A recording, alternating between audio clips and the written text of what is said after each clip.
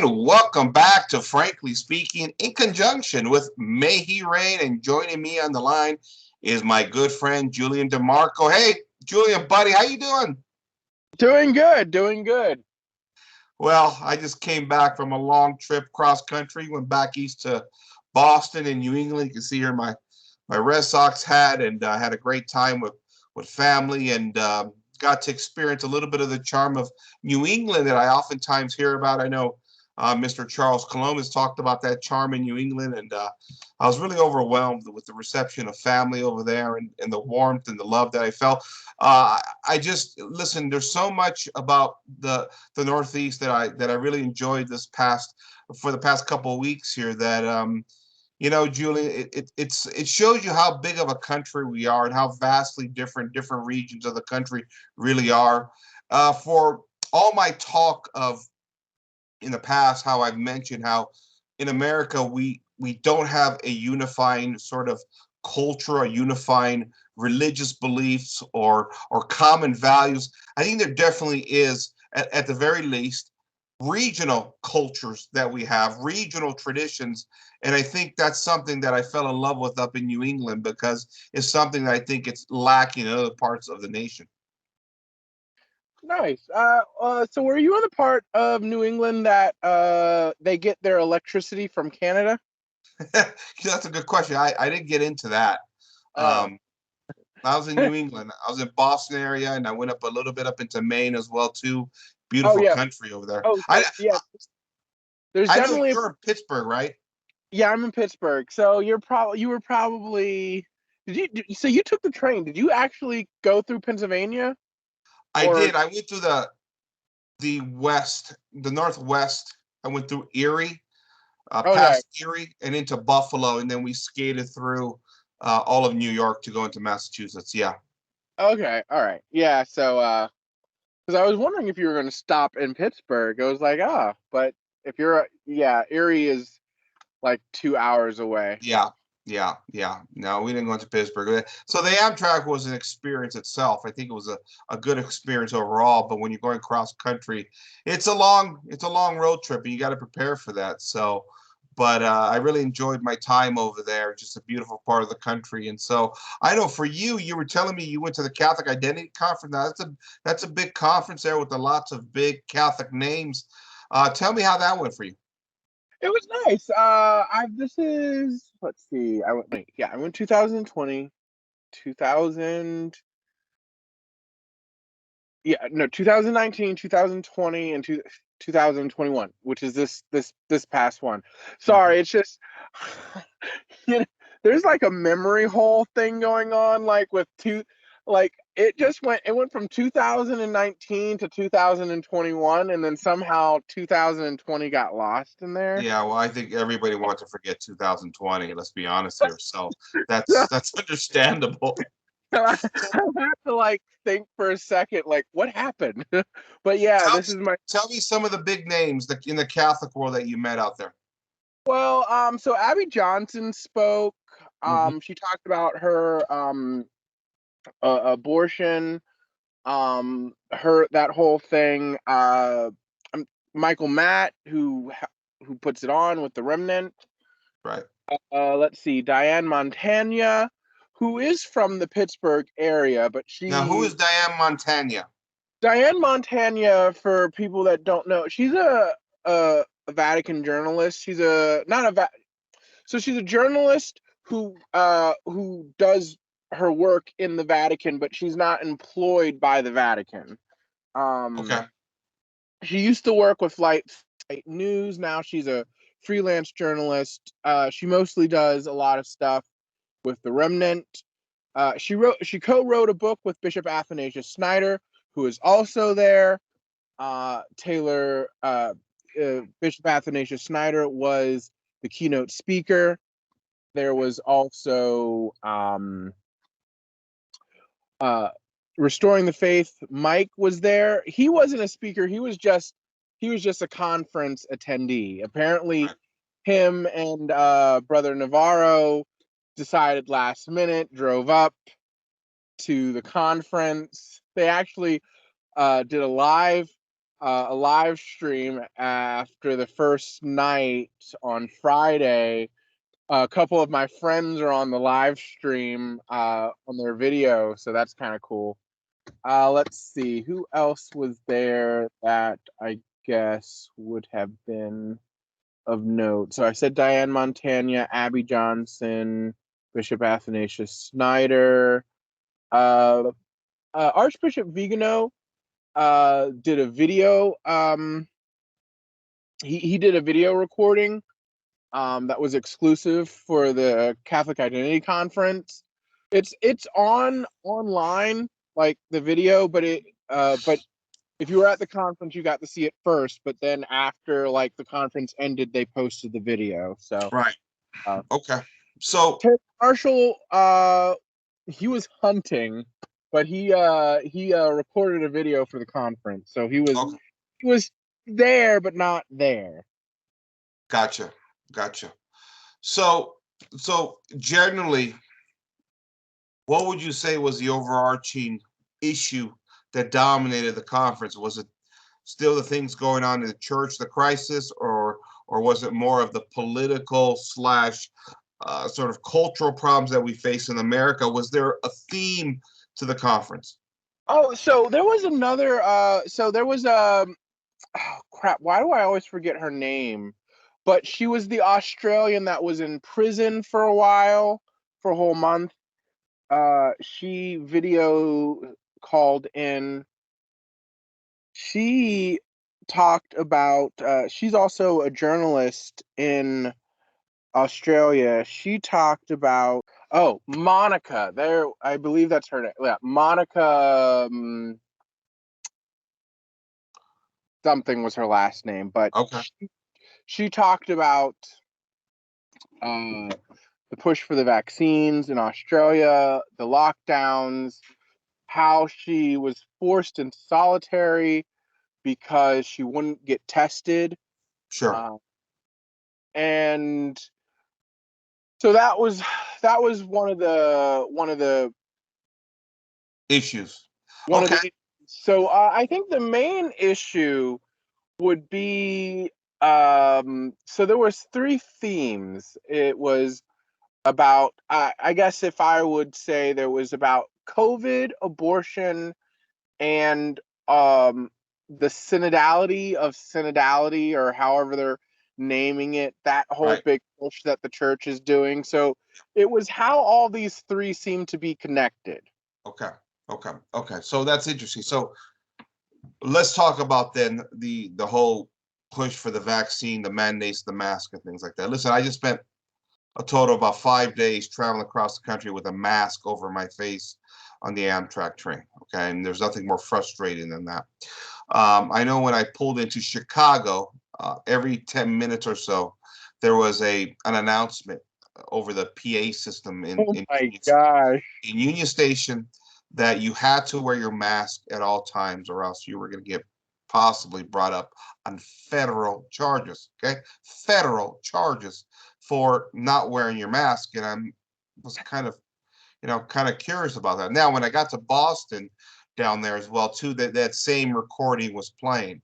So we're having a push here to force this thing on everybody. And now, as a guy who lives out in the Midwest in the small country, I'll say it before and I'll say it again.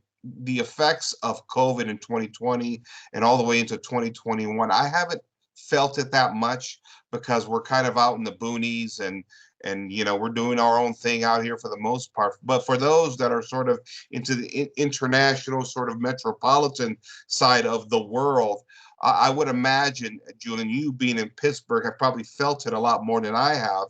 And as governments continue to ram it down our throats here, I'm sensing a frustration that's growing and just running into people in New England area. And I'm just telling you right now, a part of the country that I always saw as deeply blue, deeply democratic, deeply liberal.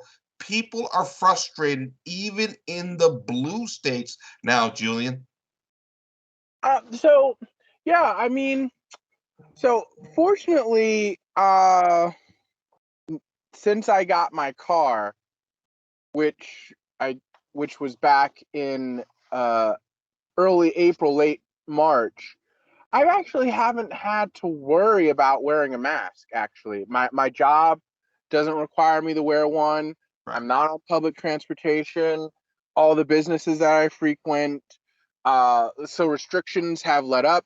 Any of these places that say it doesn't matter if you're vaccinated or not, you have to wear a mask. I just don't frequent those businesses. So my life has not really been affected. Right. Unfortunately, I would have to say I see a lot of people who are more, like so because I am in so I have a lot of people who are in my life who are not Catholic, who are very liberal or whatever the case may be.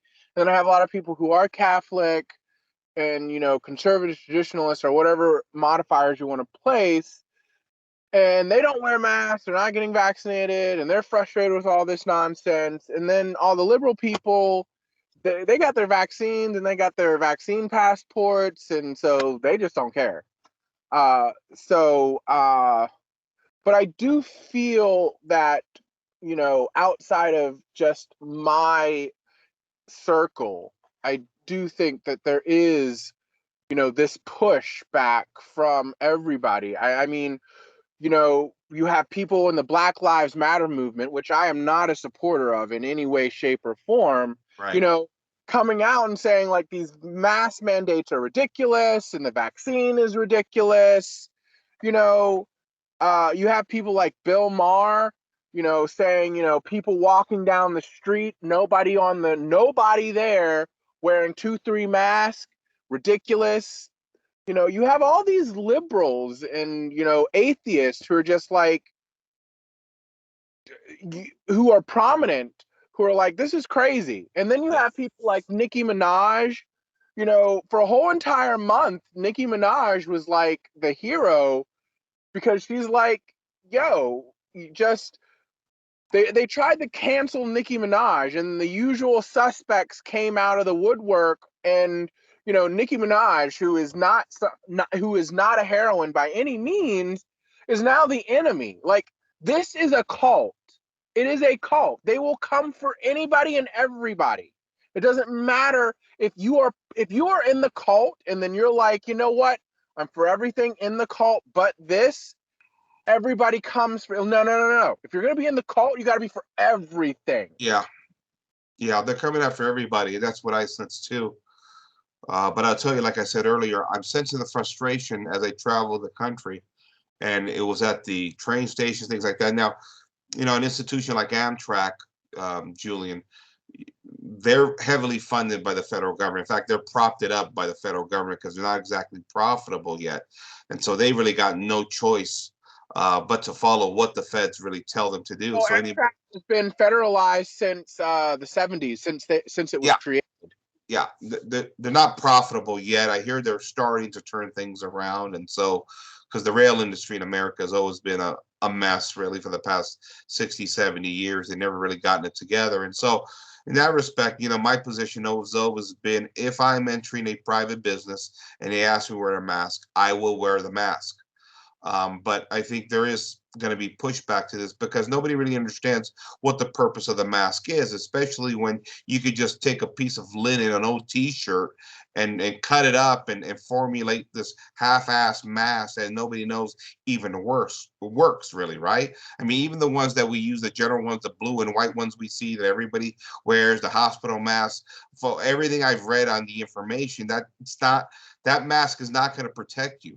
And so what it seems like to me right now is the mask is simply a symbolic act to get everybody down to bow, to submit ultimately to whoever the entities are at this point in history, to force us all to submit. It's a symbolic gesture is what it seems like to me.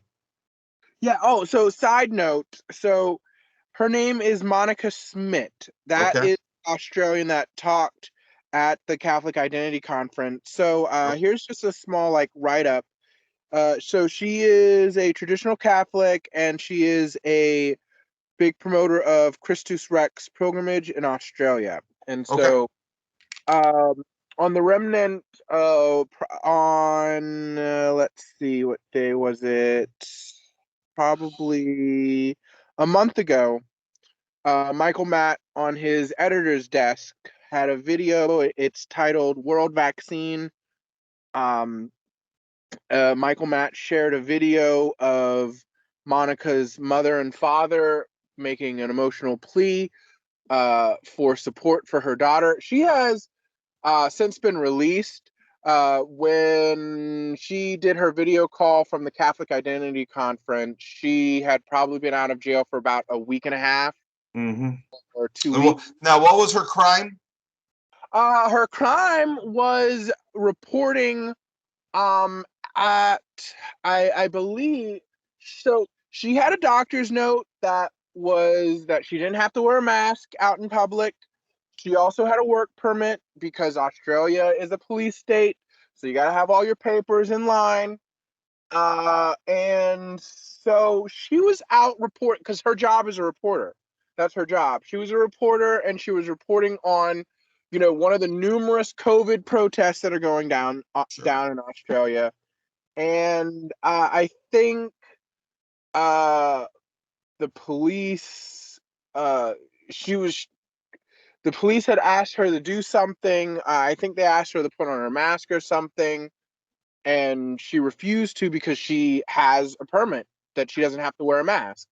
And so they arrested her. Okay. All right.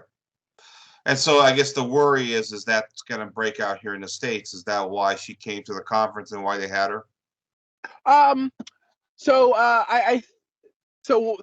when this story broke, Michael Matt was following it. He was posting about it on the Remnant, and you know, he was like he didn't know she was Catholic, and as they were following the story or reporting on the story, he found out that not only was she Catholic, but she was a traditional Catholic, and he was really like pushing for her and following her story and reporting on her story, and so whenever she got released, Michael Matt reached out to her and was like, "Hey, do you want a video conference in for this conference?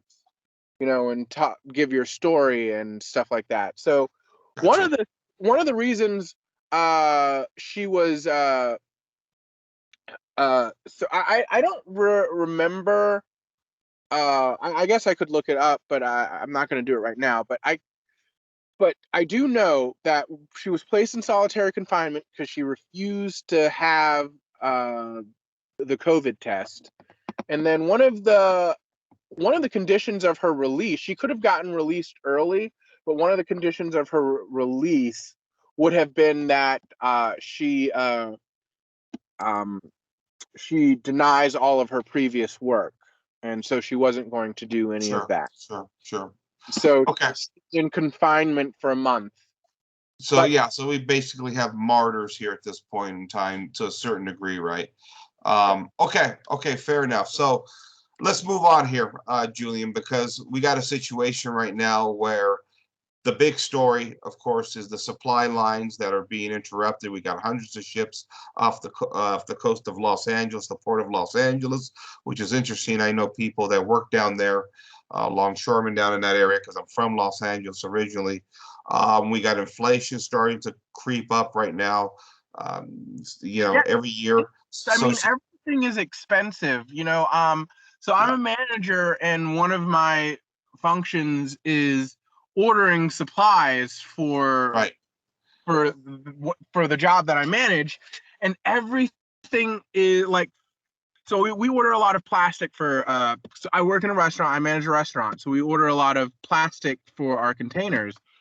Plastic is up by 300%. Gloves are up by 300%. yeah, yeah. It's everything is stuck offshores, and I think the money influx from all the stimulus package has been a factor too.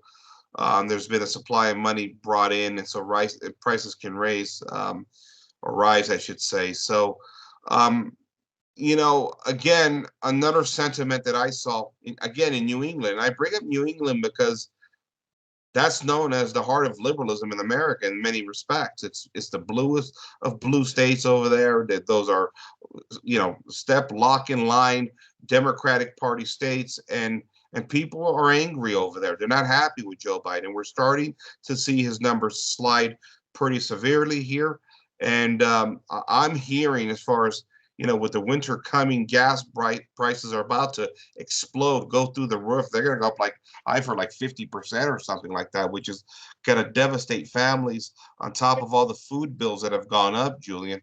I talked Listen, about it, previously in the past, but the fact that the supply lines are so tenuous, and a whatever your a whatever your stance on COVID, whether you think it's a pandemic, a shamdemic, you think it's yeah, real, not as real as it is, whatever, the fact that it has caused so much economic disruption, it shows how much of a paper tiger this economy is. yeah. I mean, And the fact that the supply chain is so fragile.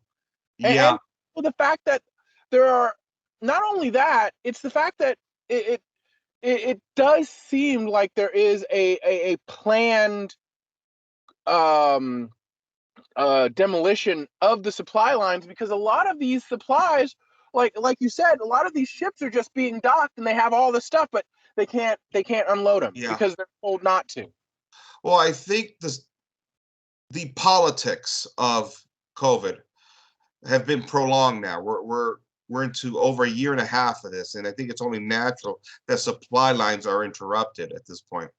I think that's just the nature, especially last year when the entire economy was shut down for a couple of months. We saw lumber explode right after the shutdown, and because when you start cutting down the trees to get your lumber in order to build your houses, guess what? That's going to create a demand and supply, a shortage supply, and then a demand, of course, and prices are going to go up. I'm not shocked that supply lines have been interrupted, because we're now a usury-based system where, again, the individuals don't own any land anymore. It's an economy based upon service sector jobs where we're all dependent upon this employer employee based relationship, where once these supply lines are interrupted, it's going to affect everything and everybody. Americans are already being pushed to the extreme as far as the cost of living and dropping wages over the past 30 or 40 years. Now you throw in more inflation, and life in America looks like it may get tougher real fast here, Julian. Yeah, you know what? I think I saw a statistic probably before the pandemic, or maybe during the pandemic. Either way, it was within the last 2 years that about 85% of people, like in this country, Right. 85% of the jobs that you do is customer service based. Yeah, that's So a problem. It's a problem. I mean, you cannot have an economy like this on such a big scale, where the majority, almost the like where only about 15% of the economy does something else.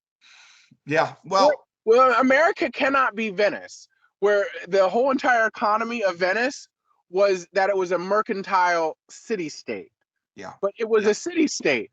Where a sprawling coast to coast, ocean to ocean country, where almost virtually everybody does the same exact thing. yeah, yeah. I mean, that's the issue, because again, we're a usury system. We don't own our land. We don't own the means to production. So we all have to learn this minimal skill, pushing buttons, shipping out emails and reading invoices, and that's our job. And everything comes down to showing up to that job, really from birth to death in America, because that's the kind of economic system we have. We work from birth to death. That's the bottom line. And in essence, because we're not a self-sufficient society, we're dependent on corporations to take care of us with these menial jobs of sorts. We never learn any inherent traits on how to truly take care of each other. This is why when we get a pandemic and you call for a shutdown and you keep people at home, people are going nuts because there's nothing for them to do in their own home. One, they don't own their homes. Two, they don't own any land. And three, they don't know how to be self-sufficient. So the government now has to send out checks, has to artificially prop up this economy, run that debt because people don't know, in essence, how to take care of themselves.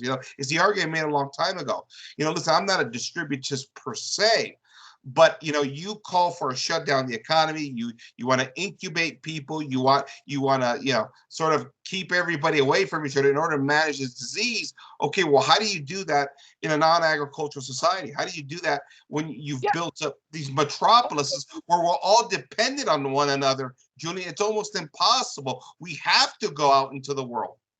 I mean, when people were, when they were giving out these stimulus checks, I took it, government, like I said, government daddy helped me buy my car, but where do you think this money is coming from? The basic number one principle of economics is you cannot spend money you don't have. Right. When you are writing, when you make I guess the first check, the first, when Trump was president, I think it was like what, 1.2 trillion or something, and COVID relief stimulus check, whatever the name they gave it. Like, where is this money coming from? Who the money is falling from the sky apparently, and it's being doled out to everybody. Yeah. We talked about this before. If you're going to send out checks, why are you going to send off a one-off? Just send me that check every 2 weeks. Like, what's the point?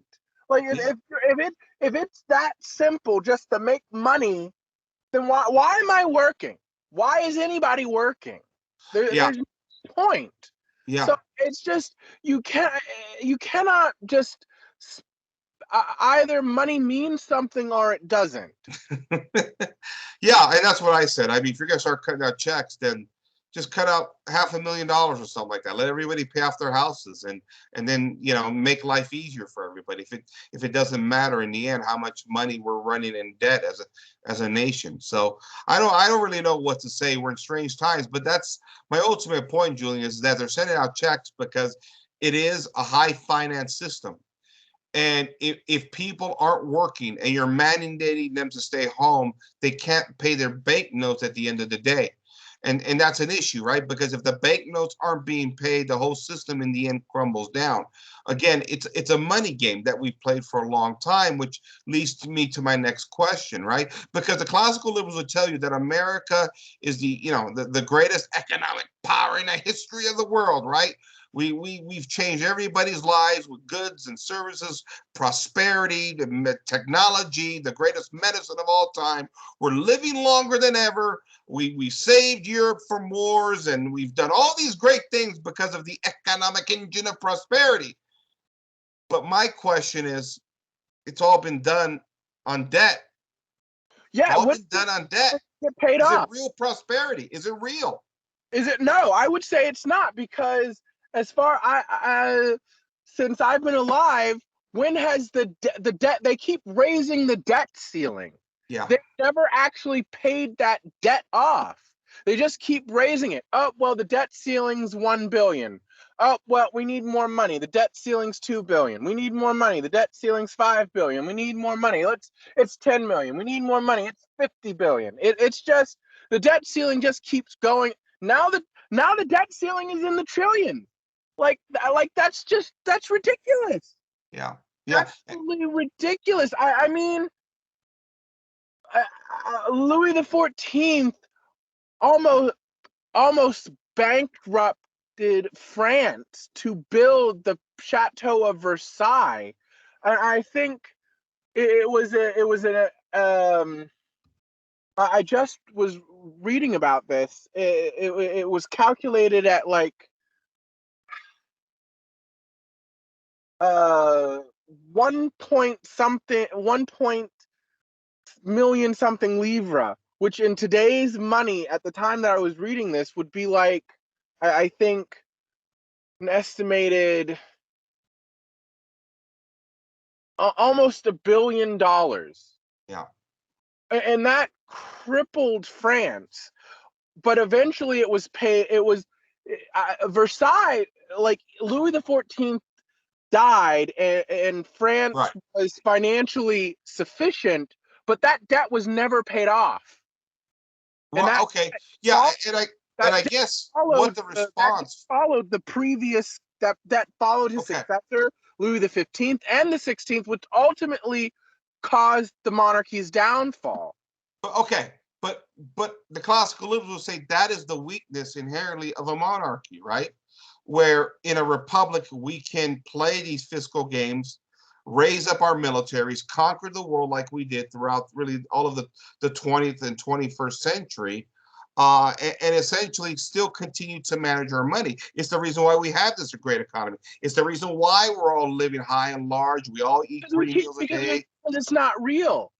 But Because it they is are it real. is real in the sense that we're all living through it, right, Julian? Well, I mean, yes, in that sense, but in an agricultural society where money is based on when the rules of finance are based on you cannot spend money that you don't have, or if you take out a loan or you get creditors, those creditors come and collect. They were actual creditors. Like they come and collect. There are yeah, creditors knocking on the palace door and like, hey, where's our money? sure. But today you don't have that. It's just like, oh well, we can extend your credit, we can get a new loan, or China's going to give us a loan, or this country's going to give us a loan. I mean, China owns most of the U.S. debt.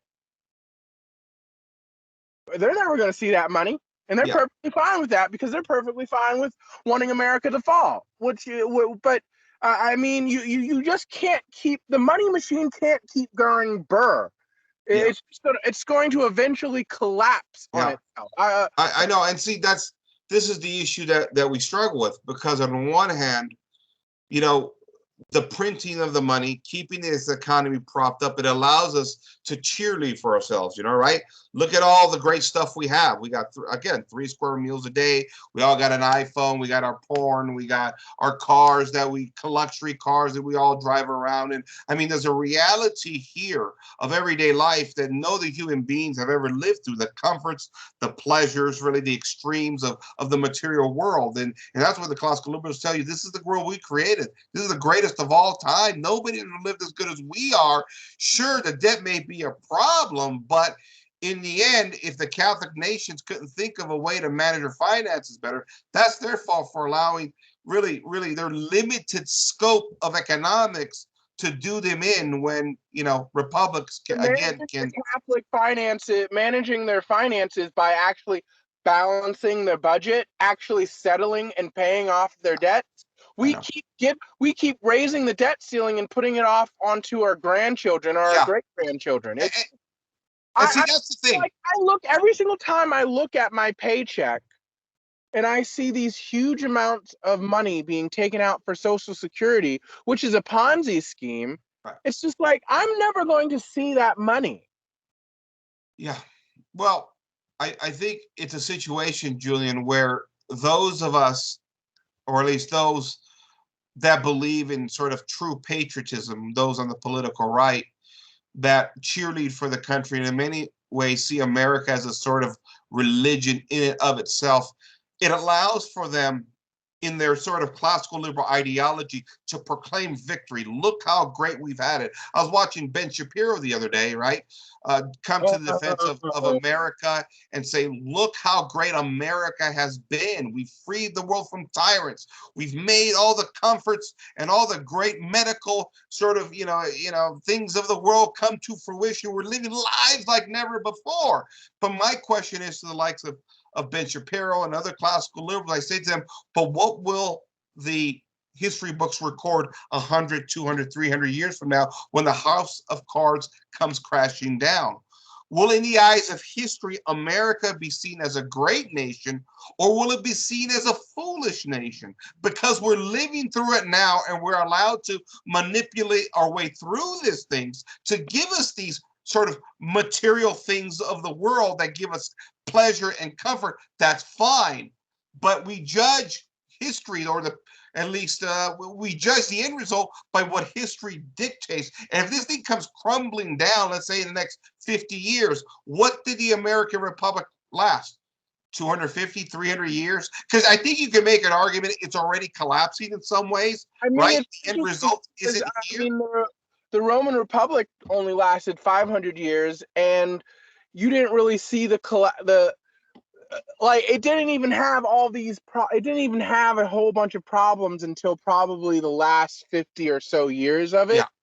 But I mean, this country's barely been around for 300, and it's just tearing at the seams. I mean, there's a saying that I'm paraphrasing. I forget who said it, but somebody I'm not coming up with this, but it's a country goes through stages towards its collapse. Right. It goes from barbarism, civilization, decadence, collapse. America has gone from barbarism to decadence to collapse. It entirely skipped being civilized. It went from being born, barbarism, to decadence, and now it's collapsing. It never went through a period of civilization, which Yeah. it needs before it goes into decadence and then collapsing in on itself. Right. Because this is a conversation I've been having with many on the right lately. Straight to decadence, and now it's collapsing. Right. Because the question is here, okay, Julian. I mean, you say, America has lasted, let's call it 230, 240 years. But I think there's an argument to be made that America started collapsing, well, a long time before the Joe Biden presidency, right? I mean, some will tell you, like Timothy Gordon will tell you, that, well, really, when the 14th Amendment was, sort of implemented during the time of the Civil War or after the Civil War, that's when America collapsed. Some will say, well, it was under Woodrow Wilson. Some will say it was under FDR. Some will say the 1960s sexual revolution. When did the West collapse? And see, I think this is a discussion to be had, because, you point out the Roman Empire. The Roman Empire was able to prop itself up despite all of its problems, and last an extra 400 years than what it should have, right? America's same situation. It's just like, okay, if it collapses within the next 20 years or 30 years, whatever it may be, okay, did it last 250, 260 years, or did it really begin its collapse much earlier than that? And it goes back to the discussion we've had with, like, the Timothy Gordons, for example, right? His argument is America worked. America was a crypto Catholic nation between 1789 and 1864, whenever the Civil War came around. And my argument is, okay, so America is a perfect example of a crypto Catholic nation that lasted what, 60, 70 years? Is that enough of a test to say that it actually worked, when in fact you have citizens that have lived longer than that period of time? That's why it's confusing to me about America, where we're at, where we're going, and how long this thing actually survives in reality. It doesn't work. I mean, so the Roman Republic, before it became the Roman Republic, the Roman Empire.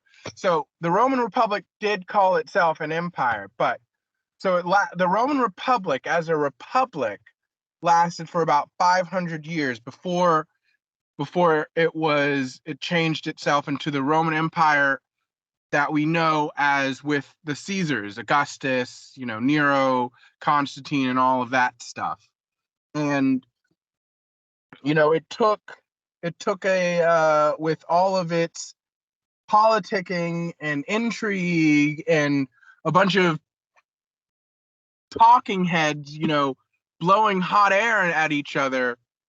It took a military dictatorship to come in, and then that military dictatorship was quickly ousted. But then the military dictatorship successor, Augustus, took over, and then he started a whole entire dynasty, and he was the sole ruler of the empire. I mean, but this country, it's just, it's,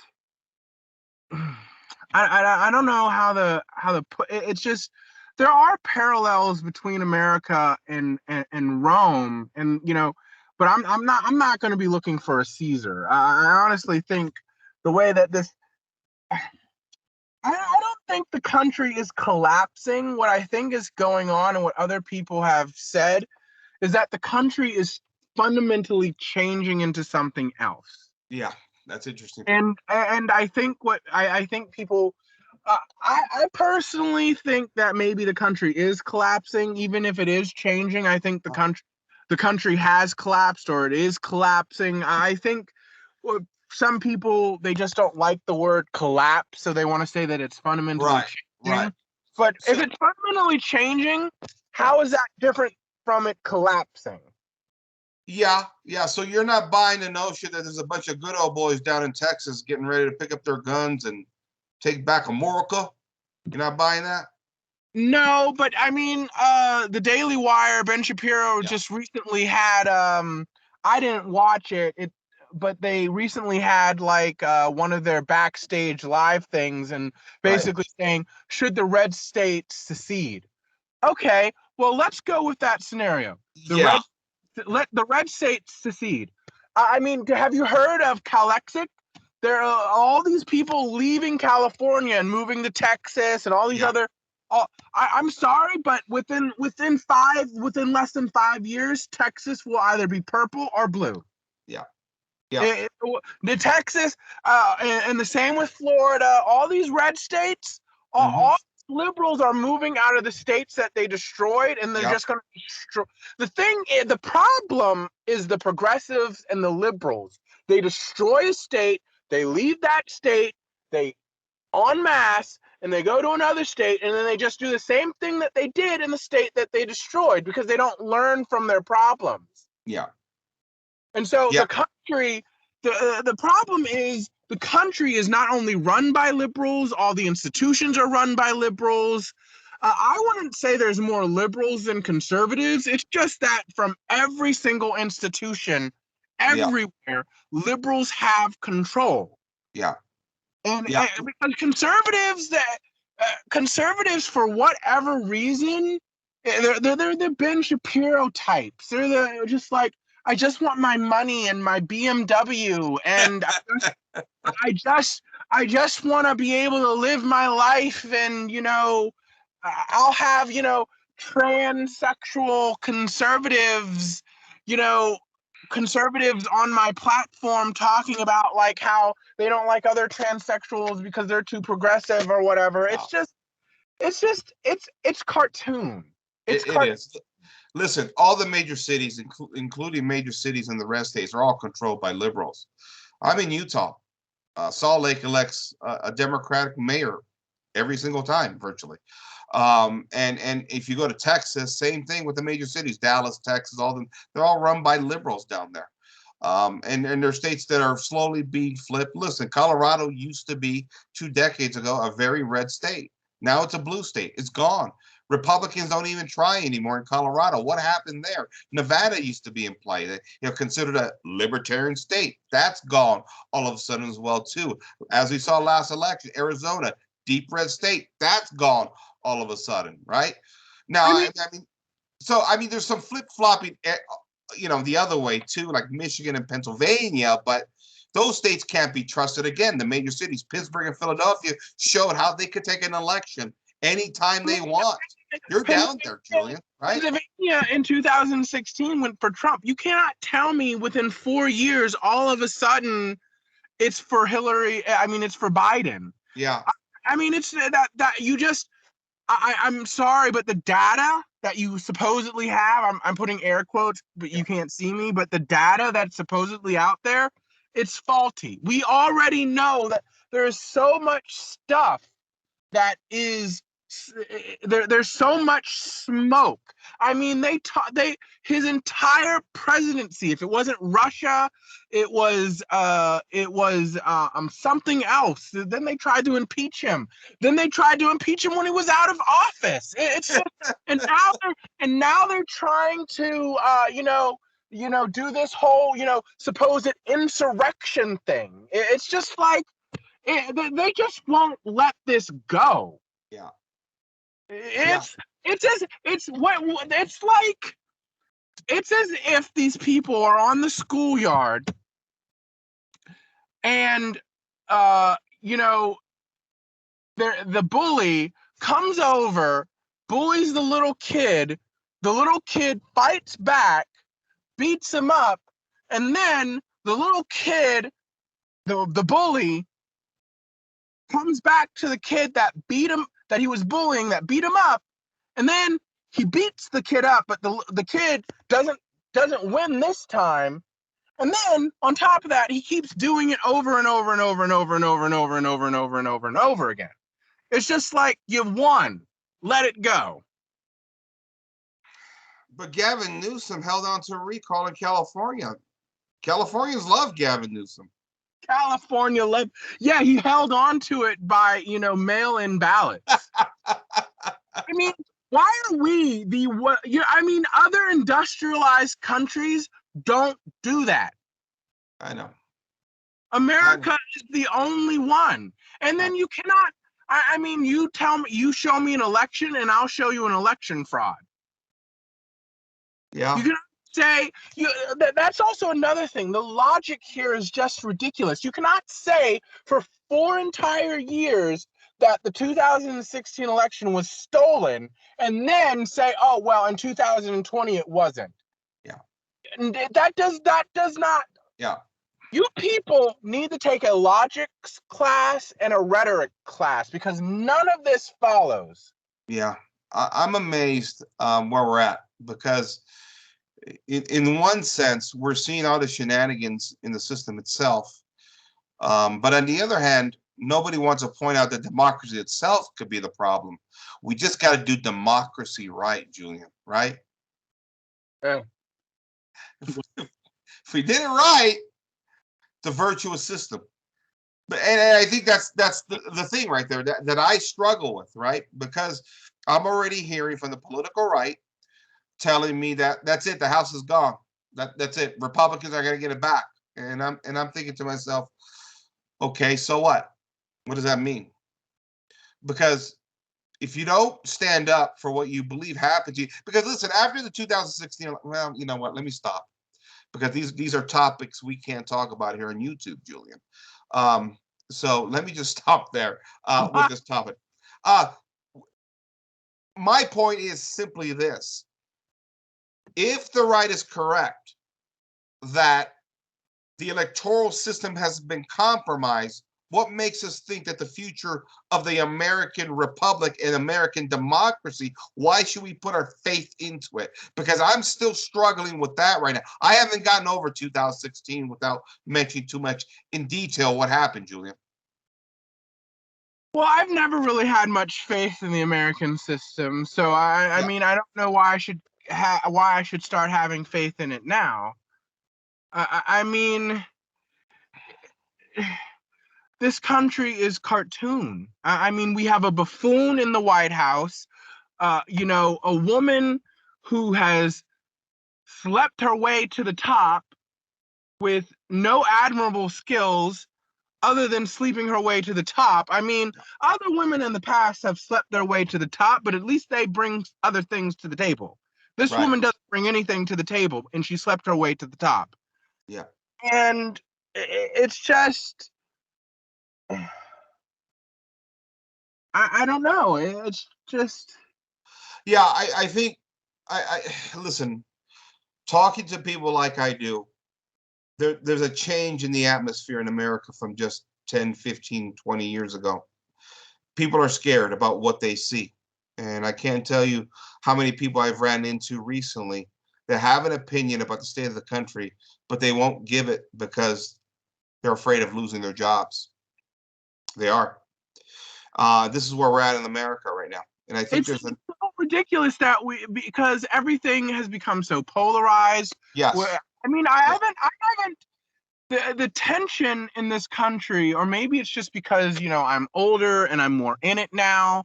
But like whenever I was younger than I am now, I'm not old, but younger than I am now in high school, in my early, throughout most of my 20s, the tension was not was not this thick. You can literally, I don't, maybe it's because of, you know, the pandemic, and I don't wear a mask. I don't wear a mask at all. So it's just like when I go outside and I see all these people wearing masks, and I'm probably like one of 5 people on a street of 300, and I'm probably like one of 5 people not wearing a mask. You, I don't get scared or anything, but it's just like you can you can see you can just see just the complacency, the sheepishness, Well, the just I'm just gonna plug in and just do whatever the media yeah, tells me, whatever big pharma tells me, what coming out of the press secretary's mouth tells me. yeah, It's ridiculous. yeah. Well, Julie, you're talking about an American population that has been propaganded into submission. That's what it is.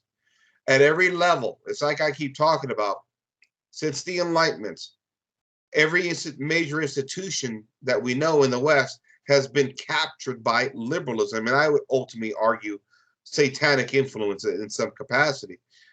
It's Hollywood, it's the corporations, it's education, it's government, it's even sporting events now. We're all being conditioned.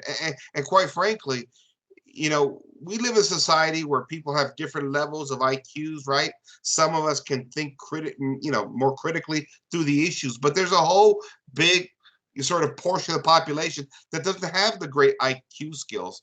And when you're feeding constant propaganda through television or radio or the internet, a lot of people are buying this. Conservatives tell you, well, nobody trusts the media anymore, right? Nobody trusts the media. All the polls say that the media has lost all of its credibility.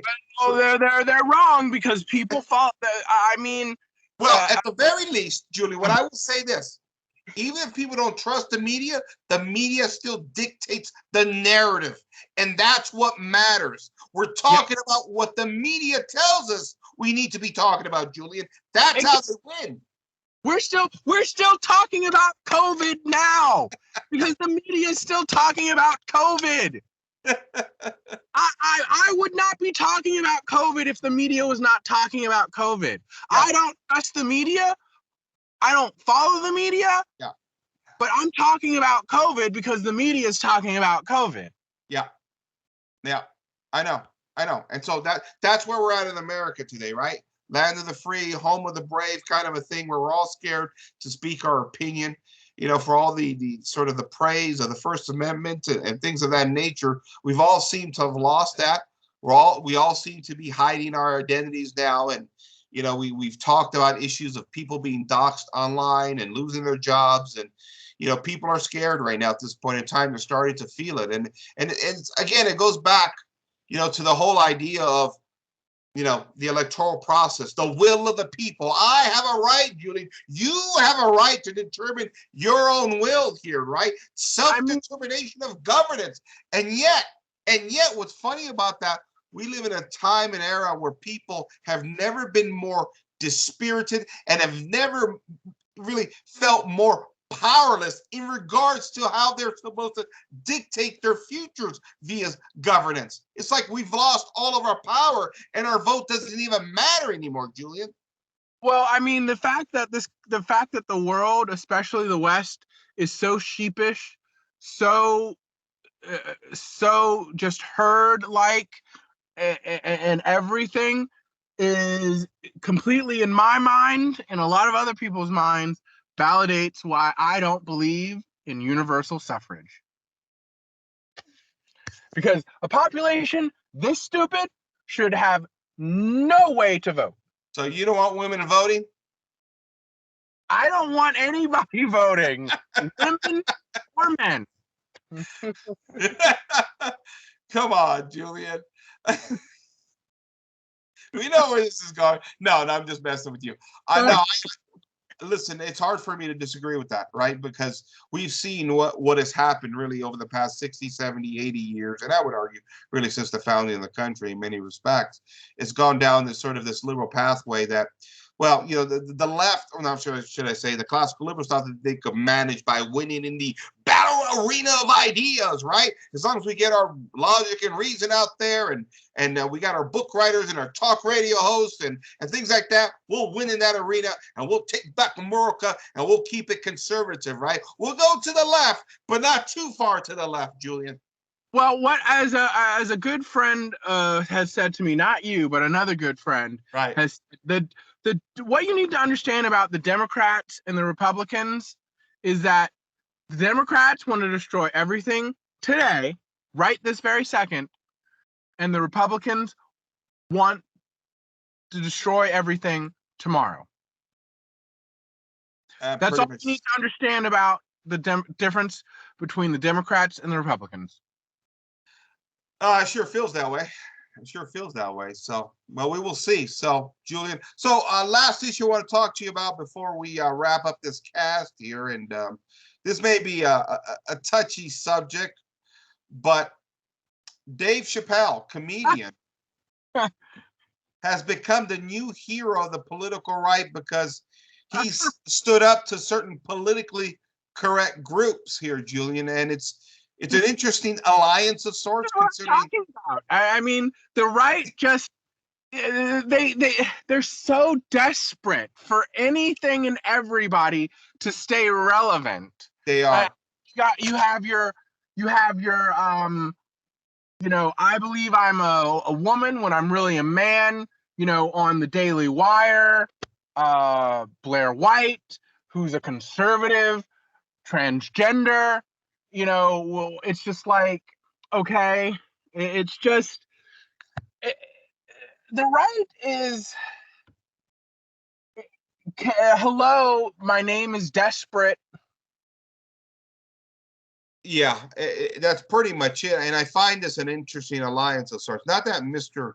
Chappelle doesn't have good points, but the fact that I'll put it this way, and I know I'm going to outrage a lot of constitutional thumpers here, but the kind of free speech that he sort of espouses via the arts has been damaging to the culture at large. He's a filthy mouth, morally degraded character, let's put it that way, that has been, taking advantage of his liberties to push about certain disorders via using comedy. I mean, the guy is just, the guy is problematic, and that's why I say for the right to team up with him. I know they're desperate to find some allies somewhere, but Chappelle hurts you in so many other ways, particularly in matters of culture and destruction of family.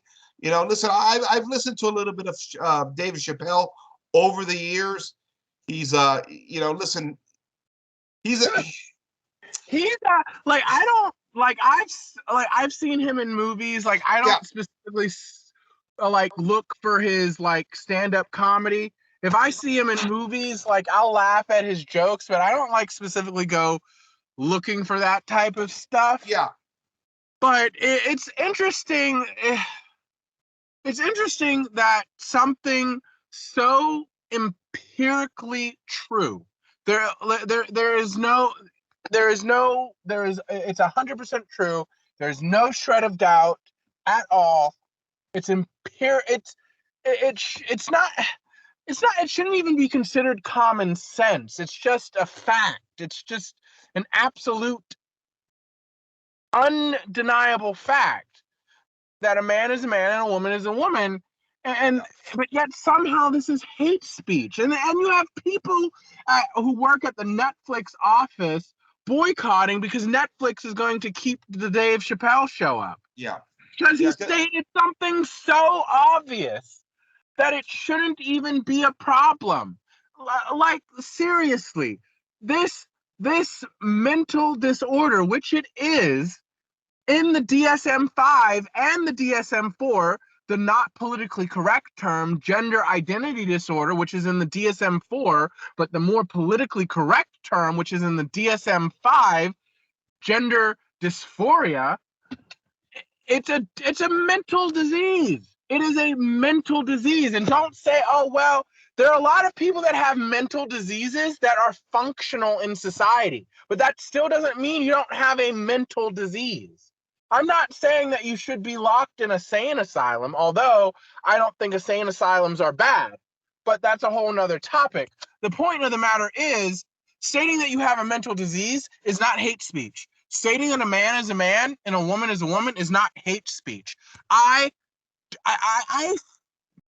viscerally feel so insulted when a woman says that she's a man. No, you're not. I am a man and I know what it is like to be a man because I've always been one. You will never know what it is like to be me. And I will never know what it is like to be a woman. I will never know what it is like to walk down a street at 3 a.m. and fear for my life. I walk down the street, not all the time now, but when I was younger, I'd walk down the street at 3 a.m. by myself and not have a care in the world because I'm a man. What do I have to worry about? If somebody jumps me, I get jumped and I can either protect myself or whatever the case may be. But for a woman, you got so many things you got to be worrying about at 3 a.m. if you're walking by yourself. But it's not even just that aspect. It's just there's so many other things, and just to mutilate your body and take medicine and to cosmetically change your body and dress a certain way. Look, if you want to dress like a man and you're a woman, look, I don't find it attractive. I don't think it's fashionable or whatever, but you do you. You dress how you want to dress. But just because you want to dress like a man doesn't make you a man. And it's insulting. It really is insulting. And I know they say that imitation is the best sort of flattery, but I don't want that type of imitation. Well, I think this is what a godless pagan civilization looks like. I go back to what I always go back to, and I know people get tired of hearing this, but the rejection of Christ at the Enlightenment in favor of all these, again, Masonic secular principles, they've led us here, Julian. They have. We've thrown all common sense out the window because when mankind's only goal, ultimately in the end, is to find rationalism or rationale for his sins, sin clouds judgment because that's part of our fallen nature and trying to deal with that. Is it a coincidence that this madness and all the other madnesses socially, culturally, politically that we've seen over the past 60 years has coincided with really what I believe is the great apostasy and really also the crisis in the Catholic Church? And so we're seeing people do whatever they can, in essence, to justify their sins and ultimately their disorders in this life. I think I think we're living in a time and period of history where people are going to write about us, Julian, how mad we actually went. And this is just another one of the examples, I'm sorry, that just sounded funny how you said how mad we went. Like we literally our what we are living in is cartoon. There's no other way to describe it, but it's cartoon, and it's not even. It's you either cry or you laugh. Yeah. Yeah, I think that's pretty much it. And it's like I keep telling my friends on the political right, you can self-cheerlead for yourself now for what you believe, but history will judge us long when we're gone after this, right? Because, in whatever present political or social or economic condition, everybody within their own region of the world, from big city to little town, believed that their way of life was the best. Now, don't get me wrong, there's some exceptions there when people lived under great tyranny. I get that. But everybody believes that they're the best in some capacity. The question is, how, in the light of history, will we be judged? The fact is that where we're cheering rah rah rah, we're number one, red, white, and blue, we're the greatest of all time. There's another point of view out there saying, no, you guys have gone crazy, because you've taken these abstract ideas of the Enlightenment and we've come full circle to the complete moral degradation of our civilization, not to mention all the political corruption now and economic corruption now that we're seeing. See, here's my problem with the political left they're Looney Tunes. They're satanic to the core. I will say that. But for my friends in the right who are caught up in their ideological principles of the Enlightenment, they can't let those go because it's a religion to them. What I'm saying to my friends on the right is, fine, you believe in your ideological principles, but you have to weigh them in light of history and also how that plays out on the ground. Ideology has to stop at some point and reality has to set in. What we're living through, the corruption of culture, the destruction of the family, and the abject corruption of all the political systems of the West now that have gravitated towards some kind of Marxist system of governance. It's real, it's happening, and they need to deal with that, Julian, and they won't. I think what this just came to me while you were saying this is that you say the left is Looney Tunes and they worship Satan. So I think the left not only do they worship Satan and Mammon, but I think the right worships Mammon because all they ever seem to care about is economics. Yeah, this is true. Oh, hey, every election cycle, what is the big talking point of every candidate, especially on the right? Jobs, jobs, jobs, and GDP numbers. That's all they talk about, right? Which is interesting to me, considering with this labor shortage and people not going back to work, people are pulling their hairs out saying, well, so many hiring signs I know, everywhere but is hiring. but Everywhere hiring. Julian, let me propose a different scenario, okay? And as we close this podcast out, because what the right is saying is, okay, the government's cutting out all these checks, people don't want to work, blah blah blah. Okay, fine, okay. My retort to that is quite simple: is that okay? Government is handing out checks, it makes it people to quit their jobs, granted, but it's also really for the first time in many decades where workers for the first time have a negotiating chip against corporations. That's number one. But number two, for the first time in history, Americans have the option to opt out of a usury system that works us from birth to death, right? Now, Julian, our Lord said in the Bible, or at least the Bible says here, I'm paraphrasing here, you don't work, you don't eat. We all have to produce in some capacity. But in a usury system where we're born into debt, and die in debt, making others wealthy, where there is no control of the means of production. Nobody owns their land. Nobody owns their houses anymore, Julian. Nobody owns anything. We finance everything in this world. People have had enough working a lifetime simply to manage a debt load to essentially fund really the lavish lives of corporation and elites in our society. And people are saying this for the first time in my life. I'm getting a break from this crap. And guess what? I'm going to take that break right now, Julian. Yeah, I would have to say, I mean, it's the fact that, I mean, a car, a house, to go to school. I mean, just, I'm just doing this off of my head, but I mean, to get a used car of off of a lot, probably not. Let's go with 10,000.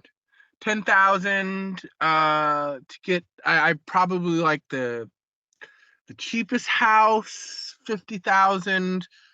A school, 50,000. I mean, and you got to finance all that. Yeah.